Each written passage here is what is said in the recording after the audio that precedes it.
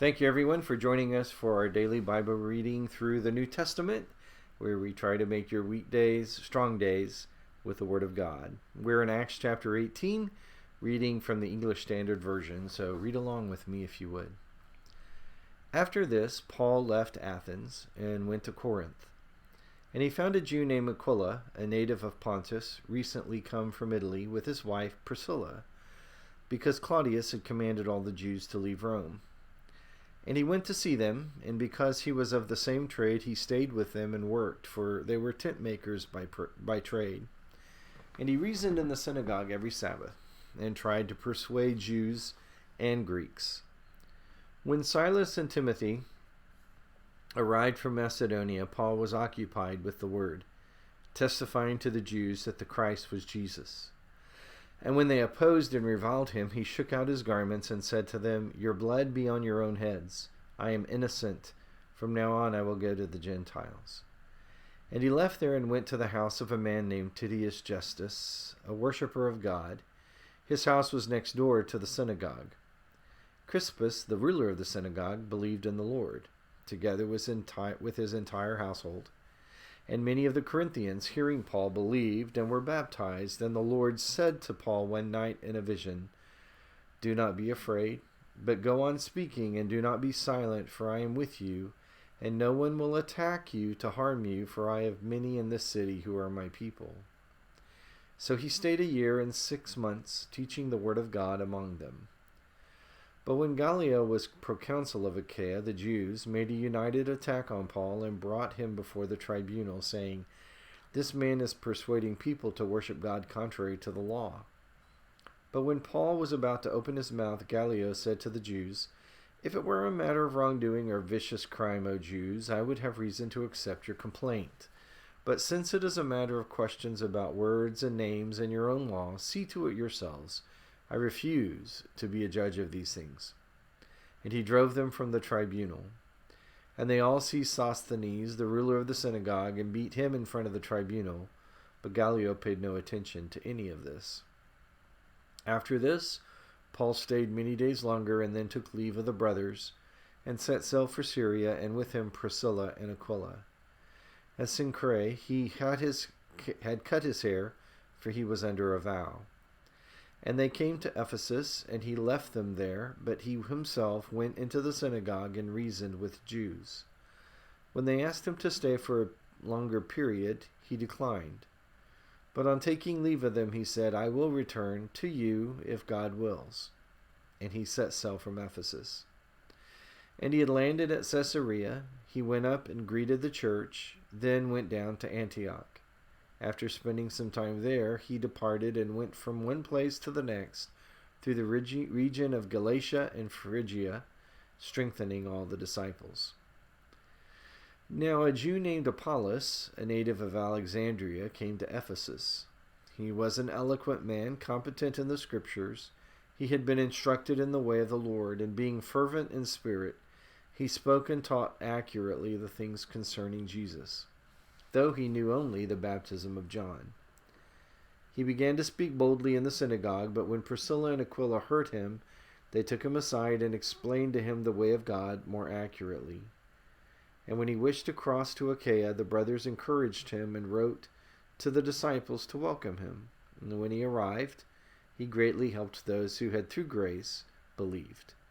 For he powerfully refuted the Jews in public, showing by the Scriptures that the Christ was Jesus.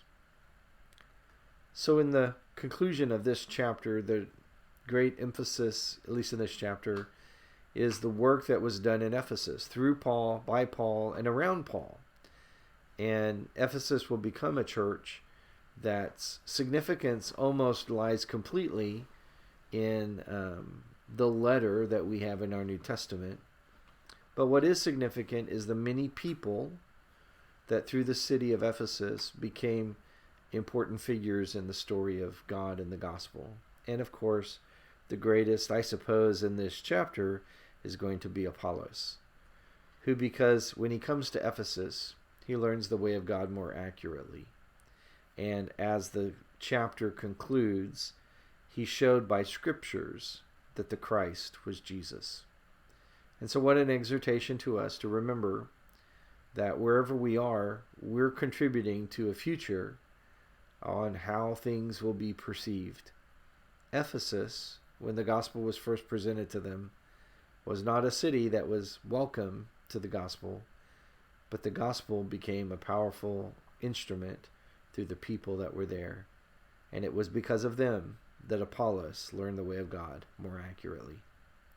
Thank you for joining me today. Join me again for another reading tomorrow through the New Testament.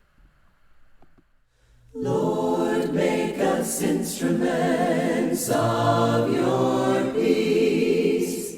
Where there is hatred, let your love increase.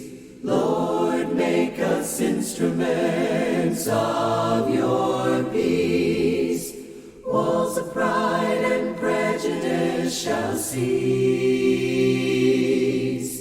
when we are your instruments of peace. Where there is hatred, we will sow his love. Where there is injury, we will never judge. Where there is striving, we will speak his peace. To the people crying for release,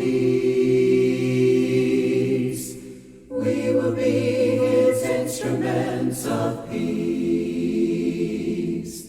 Lord, make us instruments of your peace. Where there is hatred, let your love increase. Lord, make us instruments of your peace. Walls of pride and prejudice shall cease when we are your instruments of peace. Where there is blindness, we will pray for sight. Where there is darkness, we will shine his light. Where there is sadness, we will bear their grief. To the millions crying for release, we will be his instruments of peace. Lord, make us instruments of your peace.